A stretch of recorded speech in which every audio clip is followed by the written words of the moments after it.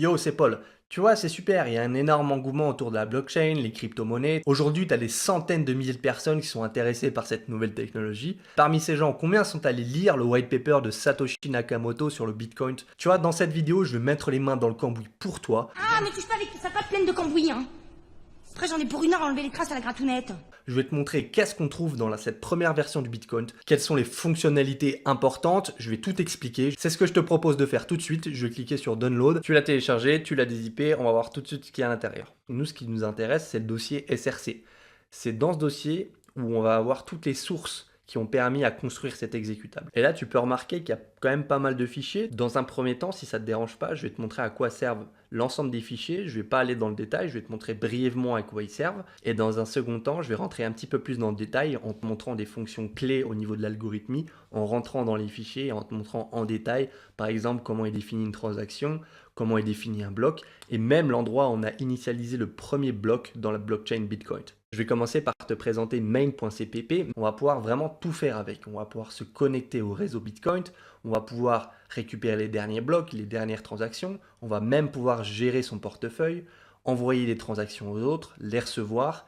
Et on va même pouvoir miner, parce qu'à l'époque, la complexité n'était pas énorme et on pouvait miner avec son propre ordinateur. Le deuxième fichier que je vais te montrer, c'est un fichier qui s'appelle net.cpp. Comme son nom l'indique, net pour network, on va y retrouver toutes les fonctions pour se connecter au réseau. Je ne sais pas si tu te souviens, mais la propriété essentielle du réseau Bitcoin et de la blockchain en général, c'est son aspect décentralisé, c'est qu'il n'y a pas de serveur principal.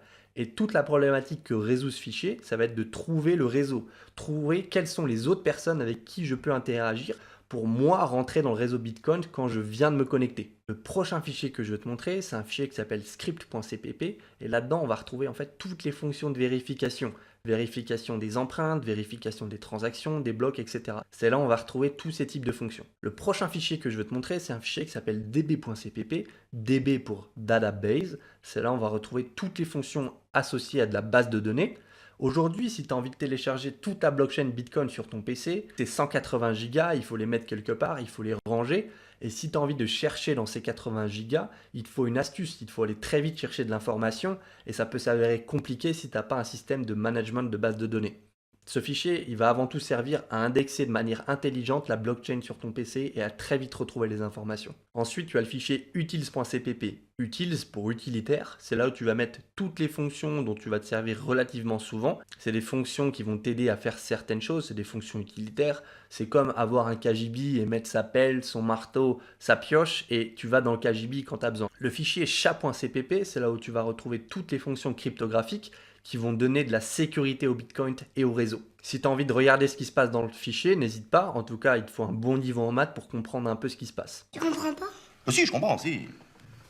On a qu'une vie, on va pas s'emmerder avec ça. Ce que j'ai vu dans ce code source, c'est que Satoshi Nakamoto avait créé une application de type wallet et c'était une super application parce que tu pouvais non seulement envoyer et recevoir du Bitcoin, te connecter au réseau, etc., mais tu pouvais aussi miner parce que la complexité n'était pas aussi élevée qu'aujourd'hui. Tout ça, je l'ai déduit des deux fichiers UIBase et UI.cpp. C'est là où tu vas retrouver la construction graphique de son application. Dans UIBase, c'est là où tu vas retrouver telle fenêtre est à droite, l'autre fenêtre est à gauche. C'est là où tu vas agencer ton interface graphique, mettre les boutons, etc. Et dans UI.cpp, tu vas retrouver toute l'intelligence qu'a besoin l'application graphique pour fonctionner. C'est là où tu vas retrouver toute l'algorithmie, toutes les fonctions. Et il a fait quelque chose de super intelligent, c'est qu'il a décorrélé le moteur de l'interface graphique. C'est comme sur une voiture, si demain tu avais le choix d'enlever la carrosserie, d'en mettre une autre super simplement au-dessus du moteur, enlever le moteur, mettre un V6, etc. Donc c'est super simple, c'est super modulable, c'est carré, c'est nickel. Quelque chose à ne pas mettre entre toutes les mains. Maintenant, j'aimerais beaucoup te montrer comment est défini un bloc et une transaction. Comme tu le vois ici, ça commence par un numéro de version. Et là, c'est bête et méchant, c'est juste le numéro de version de la transaction en question, il n'y a rien à comprendre. Ensuite, tu as un second paramètre. Et c'est une liste de transactions entrantes. Ensuite, tu as une liste de transactions sortantes et tu as un nlock time. Cette variable, en fait, c'est une date à laquelle tu veux envoyer ta transaction. Si tu veux envoyer ta transaction plus tard, c'est possible. Tu as juste à mettre cette date dans le futur et ta transaction, elle sera envoyée au bon moment grâce à ton application Wallet. C'est une manière de délayer, si tu veux, la transaction. Alors tu vas me dire pourquoi quand on crée une transaction, quand on veut créer une transaction, on a besoin d'une liste de transactions entrantes.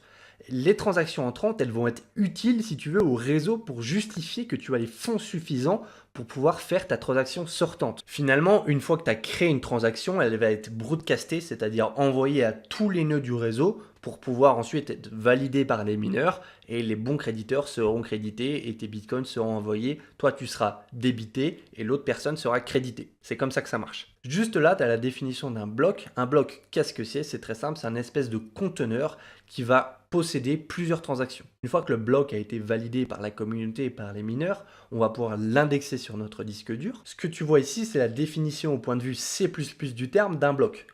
Comme pour la transaction, tu vas avoir un numéro de version, ça c'est plutôt classique.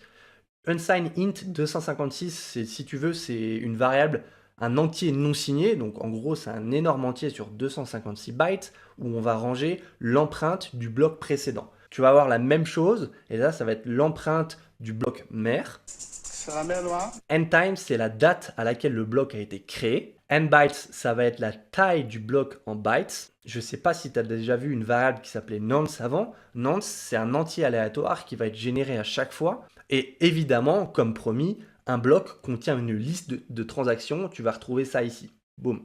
Boum. Maintenant que je t'ai expliqué ce que c'était un bloc et une transaction au point de vue C++ du terme, j'aimerais bien te montrer quelque chose d'historique qu'on retrouve encore aujourd'hui dans la blockchain. C'est le Genesis block. C'est le premier bloc qui a jamais été créé sur la blockchain Bitcoin. Et on va retrouver ça dans le fichier main.cpp. Pour ça, on va retourner dans la liste de nos fichiers. Et main.cpp, il est juste au-dessus. On l'ouvre ensemble. Il est là. Cette transaction, elle sera gravée à jamais dans la blockchain Bitcoin. Comme tu peux le voir ici, il a créé la première transaction le 3 janvier 2009 et il a pris soin d'inclure dans cette transaction, le message de cette transaction, c'est le titre du journal Le Time de l'époque. Cours rechercher ce journal parce qu'aujourd'hui il vaut cher, il peut s'échanger pour cher. Tu ferais une bonne opération si tu le retrouvais et si tu le revendais. Tu vois, je te dis ça comme ça. Petite anecdote, c'est gratuit. Ce qu'on va retrouver ici, c'est tout le processus de création d'une nouvelle transaction. Pour pouvoir créer une nouvelle transaction, c'est très simple. Il faut bien évidemment donner le montant de Bitcoin qu'on a envoyé. Ensuite, il faut signer cette transaction avec sa clé privée et donner la clé publique aux autres pour qu'ils puissent nous authentifier, pour qu'ils puissent avoir l'assurance que c'est nous qui avons bien émis cette transaction. Cette première transaction, elle s'élevait à un montant de 50 fois un coin. Un coin, c'est une variable qui est définie dans le fichier main.h. Je vais t'y emmener pour qu'on comprenne ensemble à combien s'élevait cette transaction. Cette fameuse variable, on va la retrouver ici. C'est maintenant qu'un coin, c'est ni plus ni moins que 100 millions d'unités. Et je pense qu'une unité, c'est un Satoshi. Donc il a ni plus ni moins envoyé 50 bitcoins dans sa première transaction. S'il savait ce que ça valait aujourd'hui, ça serait quand même fou. Je parle de lui comme s'il était mort, mais en fait, c'est que j'en sais rien. On ne sait même pas si c'est une personne, il est complètement anonyme. Bref, tu peux même t'amuser à tracer ces 50 bitcoins parce que dans la blockchain, tu sais bien que tout est public. Tu peux même t'amuser à regarder le chemin qu'ont pris ces 50 bitcoins et où ils sont répartis aujourd'hui. J'espère que tu as bien aimé cette vidéo. Si tu as des questions, n'hésite pas à les poser. J'espère que cette analyse de code source t'a plu. En tout cas, moi, ça me fait très plaisir. Si tu as envie de m'encourager, n'hésite pas à laisser un petit pouce bleu, à commenter, à t'abonner. Ça me ferait très très plaisir. Bye.